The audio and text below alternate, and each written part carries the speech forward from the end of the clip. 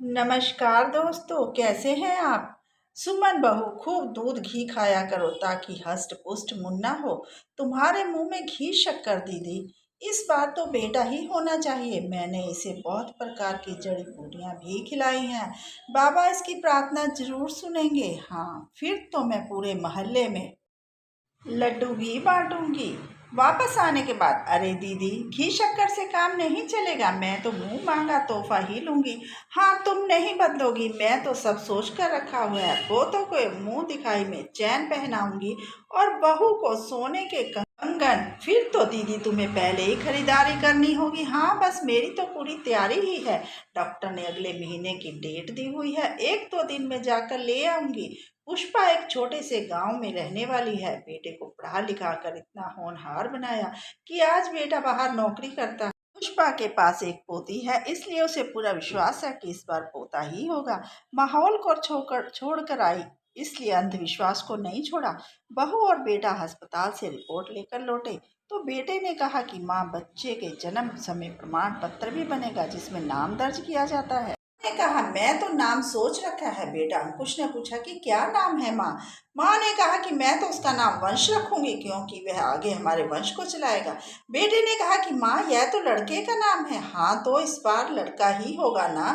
नहीं माँ, sound report में आया है कि हमारे बिटिया होने वाली है और हमने अपनी बेटी का नाम भी सोच रखा है जो जन्म के समय लिखवाया जाएगा। माँ ने कहा कि रिपोर्ट झूठी है, तुम एक बार जाकर दोबारा से टेस्ट करवाओ क्योंकि मैंने बहू को बेटा होने की बहुत सारी जड़ी बूटियां खिलाई हैं, इसलिए मुझे पक्का विश्वास है कि इस बार बेटा ही होगा। मैंने तो बेटे का नाम भी सोच लिया।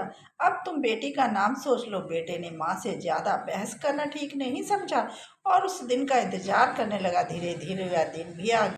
को अस्पताल ले जाया गया जहां उसने एक बेटी को जन्म दिया। अब तो पुष्पा जी कुछ बोल भी नहीं सकी और मन को सोच कर रह गई। सोच रही थी कि मोहल्ले वालों को मैं क्या मुंह दिखाऊंगी। उसने तो पोते के लिए सपने देखे थे, वह सब टूट चुके थे। रिश्तेदारों के फोन आने पर भी फोन ना उठाती।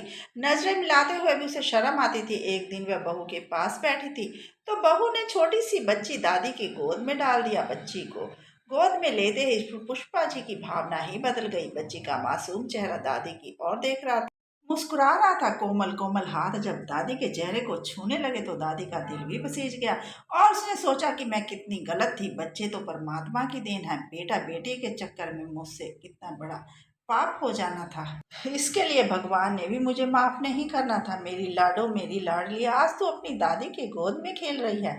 इसकी तो नाक बिल्कुल मेरे जैसी ही है और इसका चेहरा भी मेरे जैसा ही है। गोल मटोल बच्ची की दादी को गोद में खुश थी। दादी पोती की बातें सुनकर बहू बेटा भी बहुत खुश थे। आपको ये कहानी कैसी लगी प्लीज़ लाइक कमेंट करके बताइए और धन्यवाद।